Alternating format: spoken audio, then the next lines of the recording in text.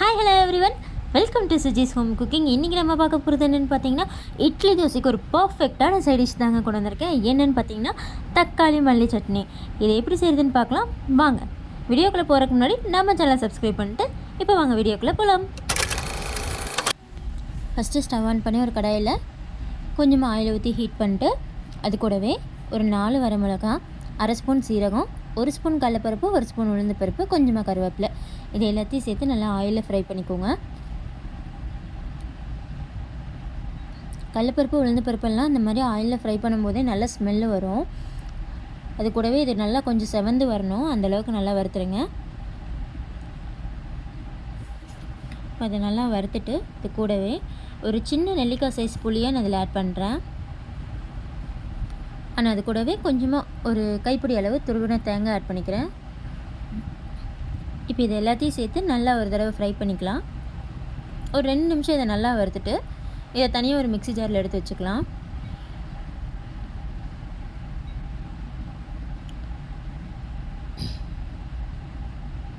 இப்போ இது நல்லா வந்துருச்சு. இப்போ தனியாக எடுத்து வச்சிடலாம்.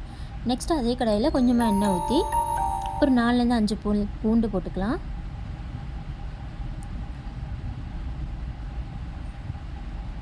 இப்போ இந்த பூண்டை நல்லா ஒரு ரெண்டு செகண்ட் எண்ணெயில் வதக்கிட்டு, இது கூட நான் ஒரு 2 மீடியம் சைஸ் வெங்காயத்தை இந்த மாதிரி மீடியம் சைஸில் கட் பண்ணி வச்சுருக்கேன். ரொம்ப குட்டியாகவும் இல்லாமல் ரொம்ப பெருசாகவும் இல்லாமல் கட் பண்ணியிருக்கேன். இப்போ இதையும் சேர்த்துடலாம்.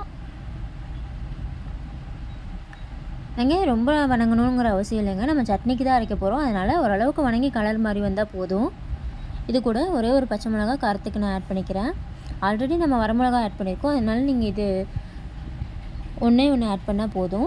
இப்போ இது கூட ஒரு 5 தக்காளியை கட் பண்ணி ஆட் பண்ணிக்கிறேன். இந்த டிஷ்ஷுக்கு நம்ம தக்காளியும் மல்லியும் தான் அதிகமாக சேர்த்தணும், ஏன்னா இதுதான் நம்ம பண்ண போகிறது தக்காளி மல்லி சட்னி.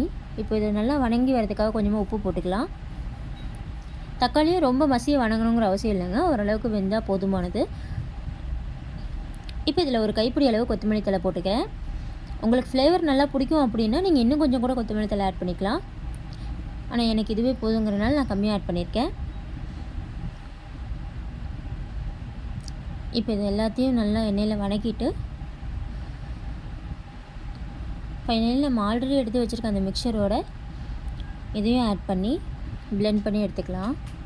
பாருங்கள், ஆல்ரெடி நான் தேங்காய் துருவல் எல்லாம் இதை பண்ணி மிக்ஸி ஜாரில் போட்டு வச்சுருக்கேன். இது கூடவே இப்போ வதக்கி வச்சுருக்க அந்த இன்க்ரீடியன்ட்ஸ் எல்லாத்தையும் நல்லா கூல் டவுன் பண்ணிட்டு இது கூட ஆட் பண்ணிக்கலாம்.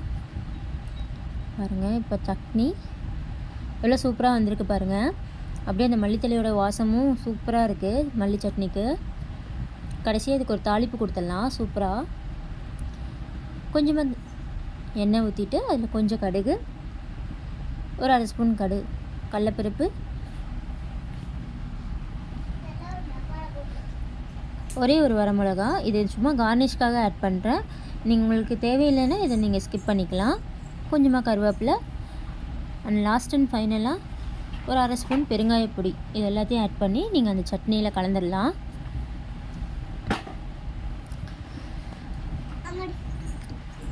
இப்போ இது எல்லாத்தையும் நல்லா கலந்துட்டு இப்போ நம்ம அந்த சட்னியில் கலந்துடலாம். வாவ், பார்த்தீங்களா, இப்போ சூப்பரான சுவையான தக்காளி மல்லி சட்னி ரெடி ஆயிடுச்சு. இதே மாதிரி உங்கள் வீட்டில் ட்ரை பண்ணி பாருங்கள், டேஸ்ட்டு சூப்பராக இருக்கும். இட்லி தோசை கூட இதை வச்சு சாப்பிடும்போது டேஸ்ட் அல்டிமேட்டாக இருக்குங்க. கண்டிப்பாக நீங்கள் இதை உங்கள் வீட்டில் ட்ரை பண்ணி பார்த்துட்டு எப்படி இருந்துச்சுன்னு எனக்கு கமெண்ட்டில் சொல்லுங்கள். இதே மாதிரி வேறு ஒரு நல்ல ரெசிபியோட நான் உங்களை பார்க்குறேன். Until then bye bye from Suji's home cooking. And finally நம்ம சேனலை சப்ஸ்கிரைப் பண்ணியிருக்க அனைத்து நல்ல உள்ளவங்களுக்கும் மிக்க நன்றி.